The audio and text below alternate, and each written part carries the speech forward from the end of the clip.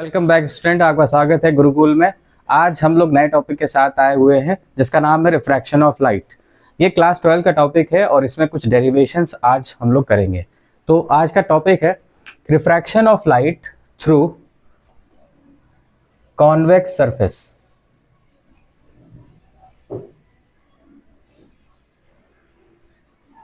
एक सरफेस जो कि कॉन्वेक्स है, उस पर लाइट अगर इंसिडेंट होगी तो उस पर रिफ्रैक्शन कैसे होगा, उसके लिए एक फॉर्मूला डिराइव करेंगे। यहाँ पर सबसे पहले इसके डायग्राम बना लेते हैं। तो जो भी हम यहाँ पर डायग्राम बनाने जा रहे हैं, प्लीज़ उसको कोई लोग याद नहीं करेंगे, जैसे जैसे स्टेप्स बताते जा रहे हैं वैसे वैसे करेंगे और आराम से वो डायग्राम भी बन जाएगा। ठीक है, बहुत स्टूडेंट को देखा हुआ है कि वो डायग्राम भी याद कर लेते हैं, तो ऐसा बिल्कुल नहीं करेंगे। सबसे पहले एक कॉन्वेक्स सरफेस बनाएंगे। कॉन्वेक्स सरफेस सभी को पता हुआ है कि आगे की तरफ बल्ज होता है, तो ये कॉन्वेक्स सरफेस बना लिया। और इसकी एक प्रिंसिपल एक्सिस बना लेते हैं। प्रिंसिपल एक्सिस कहाँ से पास होती है? सेंटर से इमेजिनरी लाइन। अब क्योंकि कॉन्वेक्स सरफेस कर्व्ड है इधर की तरफ राइट साइड में, तो इसका जो सेंटर ऑफ कर्वेचर होगा वो भी इधर की तरफ होगा और फोकस भी इधर की तरफ होगा। ये फोकस, इसका सेंटर ऑफ कर्वेचर सी मान लेते हैं। फिर उसके बाद यहाँ पर इसके फ्रंट में कोई ऑब्जेक्ट ले लिया ओ, जो किसी डिस्टेंस पे रखा हुआ है। This is optical centre. इस ऑप्टिकल सेंटर को हम पी मान लेते हैं। यहाँ पर सभी सरफेसेस का जो कर्व सरफेस होते हैं एक सेंटर होता है कर्वेचर का, इसको ऑप्टिकल सेंटर कहते हैं। ओके, ऑब्जेक्ट से कुछ लाइट रेज निकालेंगे। सबसे पहले एक लाइट रे ऐसे जा रही है, मिनिमम 2 रेज निकाले जाती है। तो एक रे अगर जो हम इसके सीधे पास करा दें, तो ये रे पोल से जब जाएगी तो लॉ ऑफ रिफ्रैक्शन के अकॉर्डिंग ये लाइट रे एकदम सीधी निकल जाएगी विदाउट एनी रिफ्रैक्शन। दूसरी लाइट रे अगर इससे कॉन्वेक्स सरफेस पे इंसिडेंट होती है, तो इस पॉइंट को मान लेते हैं पॉइंट ऑफ इंसिडेंस ए। दूसरी बात, अगर यहाँ पर हमें लाइट को बेंड होगी हमें पता है, बट ये किधर की तरफ बेंड होगी ये पता करना है। तो इधर ऑब्जेक्ट के कोई एयर मीडियम है अगर, तो एयर का कोई रिफ्रैक्टिव इंडेक्स होगा, मान लेते हैं n1 है। एयर का कोई रिफ्रैक्टिव इंडेक्स होगा, मान लेते हैं वो n1 है। और साथ ही में इधर ये ग्लास का मटेरियल है, अगर इसका रिफ्रैक्टिव इंडेक्स मान लें n2 है, तो जो लाइट है वो n1 रिफ्रैक्टिव इंडेक्स है n2 रिफ्रैक्टिव इंडेक्स की तरफ जा रही है। अगर ये रेयरर मीडियम है और ये डेंसर मीडियम है, तो रेयरर से डेंसर जाने में लाइट के साथ क्या होता है, लाइट नॉर्मल के टुवर्ड्स बेंड हो जाती है। अब नॉर्मल बनाने के लिए क्या करेंगे, सेंटर से एक लाइन ड्रॉ करेंगे पॉइंट ऑफ इंसिडेंस पे, ये इसका नॉर्मल होगा। कर्व सरफेस के लिए नॉर्मल सेंटर ऑफ कर्वेचर से बनाया जाता है। ओके, तो एक सेंटर ऑफ कर्वेचर से लाइन ड्रॉ कर दिया, दिस इज कॉल्ड नॉर्मल। ठीक है, अब लाइट रेयरर से डेंसर जा रही है तो नॉर्मल के टुवर्ड्स बेंड हो जाएगी। तो नॉर्मल के टुवर्ड्स अगर बेंड करेंगे, ऐसे तो ये सीधे निकल जाती, नॉर्मल के टुवर्ड्स बेंड करेंगे तो ये कुछ ऐसे आगे जाकर के दूसरी रिफ्रैक्टेड रे के साथ में मैच हो जाएगी। और जहां पर दोनों रिफ्रैक्टेड रेज मिलेंगी ये इसकी इमेज हो जाएगी आई। ओके, यहां तक सभी को समझ में आया। अब यहां से एक परपेंडिकुलर डाल देते हैं, ये एक्स्ट्रा यहाँ के लिए। इस परपेंडिकुलर को एम मान लेते हैं।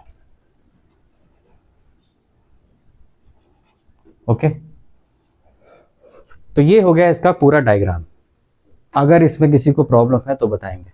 ओके, अब क्या करेंगे, सभी डिस्टेंसेस को मार्क करेंगे और सभी डिस्टेंसेस जो होती हैं वो पोल से ली जाती हैं। तो पोल से अगर हम ऑब्जेक्ट तक की डिस्टेंस देखेंगे तो पोल से ऑब्जेक्ट तक की डिस्टेंस को यू से लिखते हैं, सभी को पता है। इसी तरह सेंटर ऑफ कर्वेचर से जो पोल तक की डिस्टेंस है ये रेडियस ऑफ कर्वेचर होती है और ये फोकल लेंथ के डबल होती है। तो अगर ये फोकल लेंथ के डबल है तो यहाँ से यहाँ तक ये 2f हो जाएगा या यही r होगा। ओके, साथ ही साथ पोल से फोकस तक की जो डिस्टेंस होगी इसको फोकल लेंथ कहते हैं, optical centre. And optical centre से इमेज तक की डिस्टेंस को v से लिखते हैं, तो दैट इज v। ये सभी डिस्टेंसेस मार्क हो गए। सभी को पता होगा कि अगर कोऑर्डिनेट एक्सिस पे चले तो ओरिजिन से राइट साइड में पॉजिटिव डिस्टेंसेस होती हैं और ओरिजिन से लेफ्ट साइड में नेगेटिव डिस्टेंसेस होती हैं। अगर हम इस कॉन्वेक्स सरफेस को एक सेंटर मान लें तो इसके राइट वाली जो भी डिस्टेंसेस मार्क करी अभी हमने, उन सभी डिस्टेंसेस को पॉजिटिव लिया जाएगा। ओके, और इसके लेफ्ट साइड में जो भी डिस्टेंसेस ली गई हैं उन सभी को निगेटिव लिया जाएगा। तो इसका मतलब यू तो निगेटिव हो जाएगा, बाकी की जो डिस्टेंसेस हैं सभी राइट साइड में ली गई हैं तो वो पॉजिटिव रहेंगी। ओके, इतना बनाने के बाद में अब यहाँ पर कुछ एंगल्स मार्क कर लेते हैं। सबसे पहले ऑब्जेक्ट और ये जो एंगल बन रहा है यहाँ पर, इसको अल्फा मान लेते हैं। सेंटर ऑफ कर्वेचर से जो एंगल बन रहा है इसको बीटा मान लेते हैं, और इमेज से जो एंगल बन रहा है गामा मान लेते हैं। दिस इज गामा, ये आर नहीं है, ये गामा है। ओके, अब अगर जो इंसिडेंट रे और नॉर्मल इनके बीच में एंगल पूछा जाए तो वो एंगल क्या होता है? वो होता है एंगल ऑफ इंसिडेंस। तो ये हो गया angle of incidence I, because it is incident ray and this is normal. इसी तरह जो रिफ्रैक्टेड रे है वो ये है ए आई, और इसके नॉर्मल से जो एंगल बनेगा उसको कहेंगे angle of refraction R. Okay, ये डायग्राम में इतनी चीजें जो मार्क करी है इसको अच्छे से नोट करेंगे, अगर कुछ भी समझ में नहीं आया है तो बताएंगे। ओके, उसके बाद नोट कर लिया इसको। नेक्स्ट देखो, अगर आई और आर हमें पता है तो यहाँ पर एक रिलेशन निकालेंगे जो स्नेल्स लॉ होता है। ये रिफ्रैक्शन का सेकेंड लॉ होता है, Snell's law, sine I upon sine R, this is equal to refractive index N. Refractive index को यहाँ पर एन से लिखेंगे, कहीं कहीं म्यू से भी लिखा जाता है, तो अभी हमने एन से लिखा हुआ है तो सभी को एन से ही लिखेंगे। ओके, तो ये रिलेशन का यूज करके यहाँ पर एक फॉर्मूला डिराइव करना है, तो उसके लिए हमें आई और आर की वैल्यू पता होनी चाहिए। ठीक है ना, तो आई इधर है, आर इधर है। अब इसमें रिलेशन ढूंढना स्टार्ट करते हैं। ओके, और यूज करेंगे स्नेल्स लॉ के।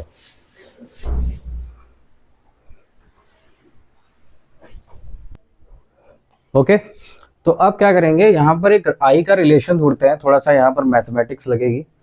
अगर इस ट्रायंगल को देखा जाए ओ ए सी, ओ ए सी, इसमें देखा जाए तो दो एंगल पता है, अल्फा एंड बीटा।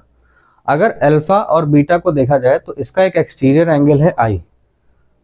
ट्रायंगल का रूल क्या होता है कि दो इंटीरियर एंगल का सम एक एक्सटीरियर एंगल के इक्वल होता है। तो यानी कि अल्फा प्लस बीटा किसके इक्वल होगा? आई के। किस ट्रायंगल में? In triangle O A C, alpha plus beta equal to I. इसको इक्वेशन नंबर 1 मान लेते हैं। इसी तरह जैसे आई का रिलेशन निकाला, आर को देखते हैं। आर किस ट्रायंगल में आ रहा है? ए सी आई। अब ए सी और आई में अगर एंगल आर और आर गामा को देखा जाए तो आर और गामा इंटीरियर है और इनका एक्सटीरियर बीटा है। तो सिमिलरली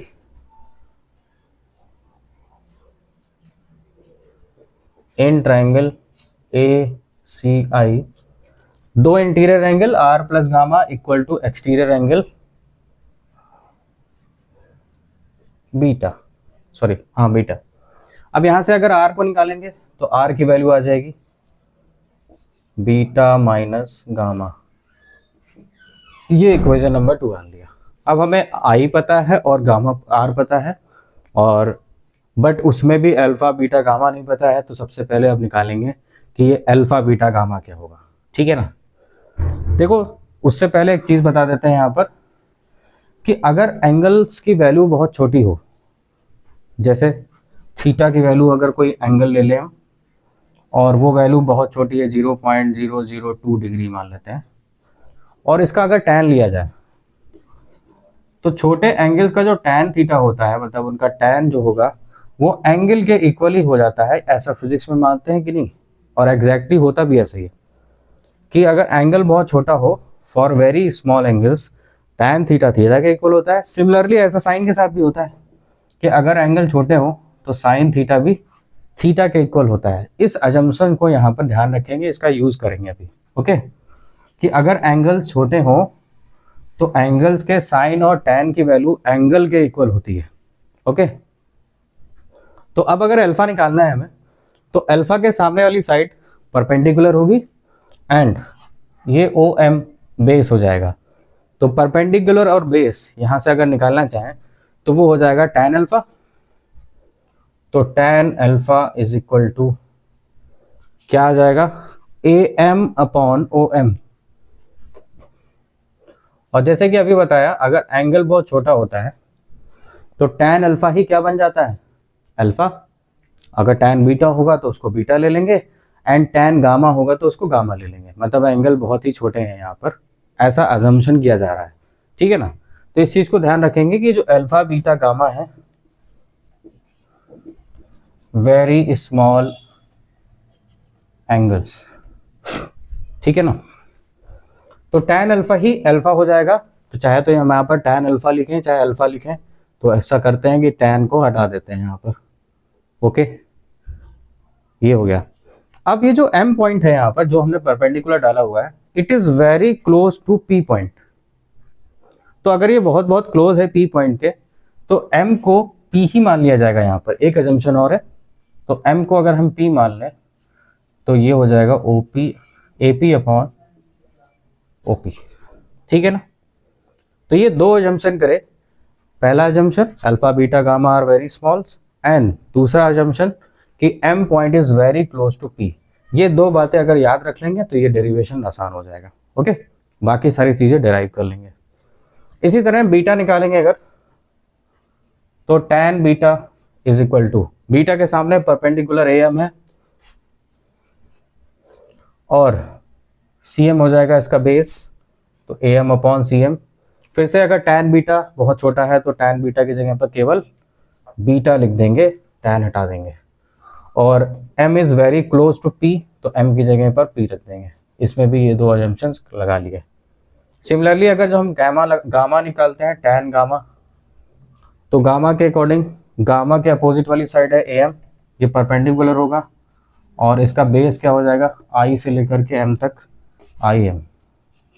फिर से tan गामा बहुत छोटा है तो tan को हटा देंगे यहाँ से एंड गामा की वैल्यू आ जाएगी am अपॉन im। अब m is very close to p, तो देयरफॉर ap अपॉन ip, ठीक है।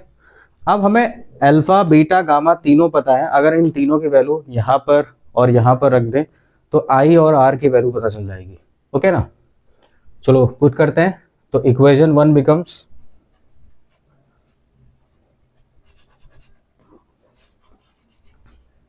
इक्वेशन नंबर 1 में i की वैल्यू अल्फा प्लस बीटा है एंड अल्फा बीटा की वैल्यू ये लिखी हुई है यहाँ पर। तो i is equal to alpha A P upon O P plus beta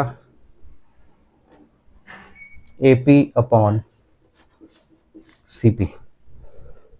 अब अगर देखा जाए तो ओ पी की डिस्टेंस मार्क करी हुई है माइनस यू के इक्वल है, तो जहां ओ पी लिखा था वहां पर माइनस यू भी लिख सकते हैं, तो ये होगा ए पी अपॉन माइनस यू। इसी तरह सी पी की वैल्यू, सी से पी तक की डिस्टेंस, इसको कह सकते हैं ये आर है, या आर भी बोल सकते हैं या 2f भी बोल सकते हैं, तो ये हो जाएगा A P upon 2f। Similarly I P की बात करें तो आई से पी तक की डिस्टेंस मार्क करी हुई है, वी के इक्वल है, तो ये वी हो गया, ठीक है ना। तो इसका मतलब अब ये सब्स्टिट्यूशंस में थोड़ा सा चेंज आ जाएगा कि अल्फा की वैल्यू है ए P upon minus you and beta की वैल्यू है ए पी अपॉन 2f, ठीक है। फिर इसके बाद इक्वेशन नंबर 2 की बारी।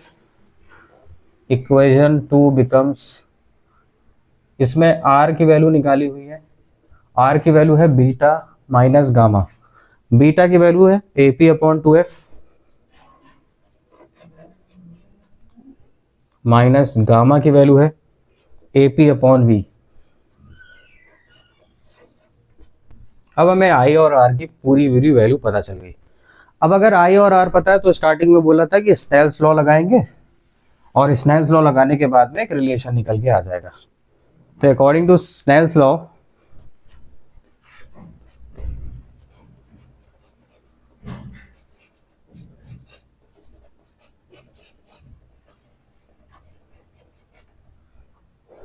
Sign I upon sine are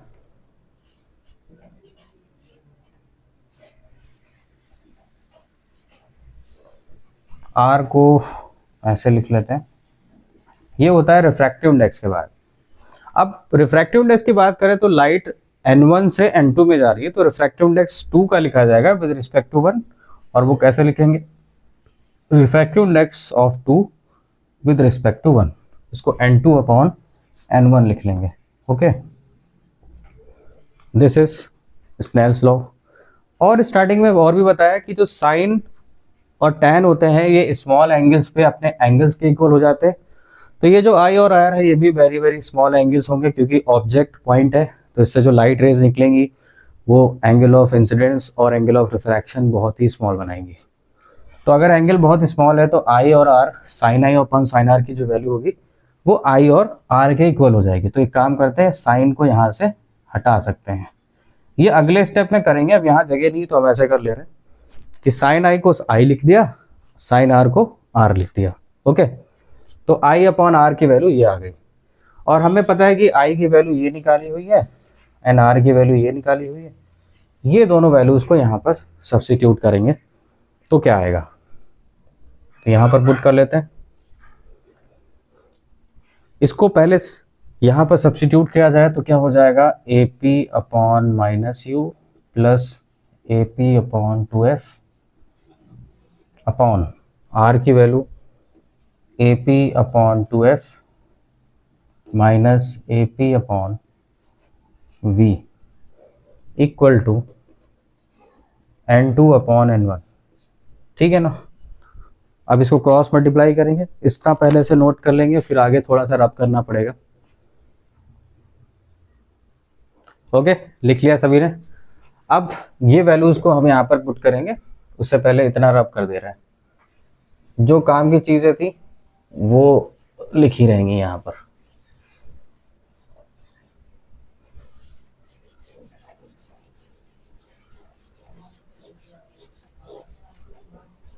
okay, यहाँ पर अगर देखा जाए तो AP यहाँ न्यूमरेटर से और AP डिनोमिनेटर से कॉमन लेके कट जाएगा, तो बचेगा क्या है यहाँ पर, 1 upon minus U plus 1 upon 2f equal to 1 upon 2f minus 1 upon v equal to n2 upon n1।